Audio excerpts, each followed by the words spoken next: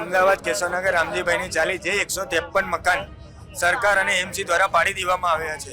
રાહુલ, છેલ્લા 5 મહિનાથી અમે રોડ ઉપર રહેવા મજબૂર થયા. પ્રશાસન દ્વારા કે સરકાર દ્વારા કોઈ પણ જાતની સુવિધા આપી નથી. અમે ગરમી સહન કરી, શિયાળો ઠંડી સહન કરી, અત્યારે ચોમાસામાં પણ અમે બહાર રહીએ છીએ. રાહુલ ગાંધી દ્વારા અમને એ આશ્વાસન આપવામાં કે સંસદમાં મુદ્દો ઉઠાવીશ અને જેમ બને કોંગ્રેસ પાર્ટી દ્વારા જે પણ મદદ થશે એ અમે કરીશું. રાહુલ ગાંધી જેવા આ દેશને વડાપ્રધાનની જરૂર છે, જે બધાની ગરીબ વચ્ચે જઈ અને લોકોની મદદ કરે, લોકોના પ્રશ્નોને સાંભળે. આ 5 મહિનાથી 1000 થી 1200 લોકો જે રોડ ઉપર રહે છે, નાના છોકરાઓ, વડીલો, કોઈ સરકાર દ્વારા કોઈ જ મદદ અમને કરવામાં આવી નથી. અમે આજે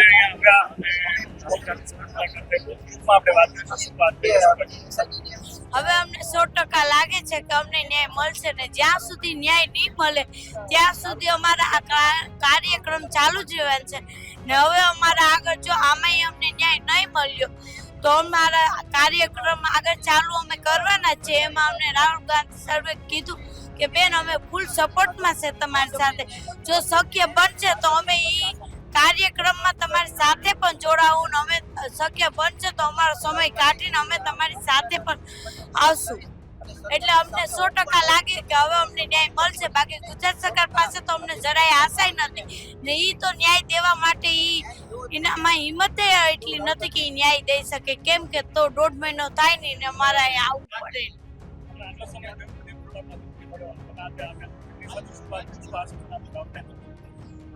પૂરા દિલથી આશ્વાસન આપ્યું કે જ્યાં સુધી તમને ન્યાય નહીં મળે ત્યાં સુધી અમે તમારી સાથે છે. અમને 100% લાગે છે કે અમને ન્યાય મળશે. હવે અમને ન્યાય મળશે કેમ કે રાહુલ ગાંધી સર અમને ન્યાય દેવડાશે. રાહુલ ગાંધીજીને અમે બધી રજૂઆત કરી છે કે જે રીતનું કૌભાંડ કરીને રાતોરાત ખોટિયા પ્રોજેક્ટ આપવામાં આવ્યો આર્મી ઇલેક્શનનો, જેનું ભોગ બન્યા અમારા નિર્દોષ બાળકો. જે કાંડ 2016માં થયેલું એ કાંડનો ભોગ 2024માં અમારા 12 નિર્દોષ બાળકો અને બેટી છે.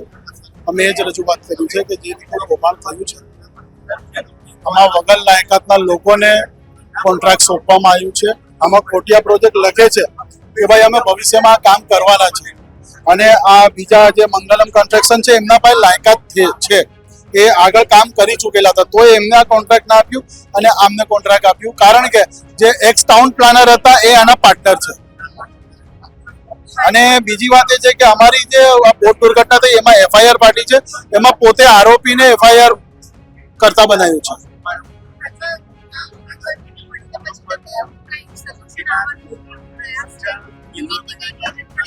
ઉમ્મીદનીકરણ એ છે કે લોકસભામાં અમારો મુદ્દો ઉઠાવશે અને જ્યારે અમને જરૂર પડશે ત્યારે અમારું સમર્થન કરશે. અમે વડોદરાથી આવે છે. હરની બોટકાંડના મામલે અમે રાહુલ ગાંધીના પાસે રજૂઆત કરવા આવ્યા હતા.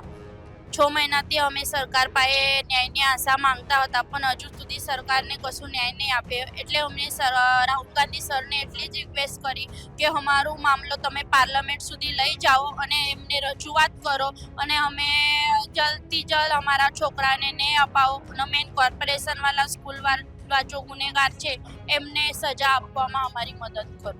આટલો સમય થઈ ગયો અને હજી પણ કશો ન્યાય મળ્યો નથી, અને તમે જ્યારે આજે આવ્યા રાહુલ ગાંધીને મળ્યા, શું વાતચીત થઈ અને એ મુદ્દે એમનું શું કહેવું હતું તમારા પરિવારને બધા આ વાત લઈ?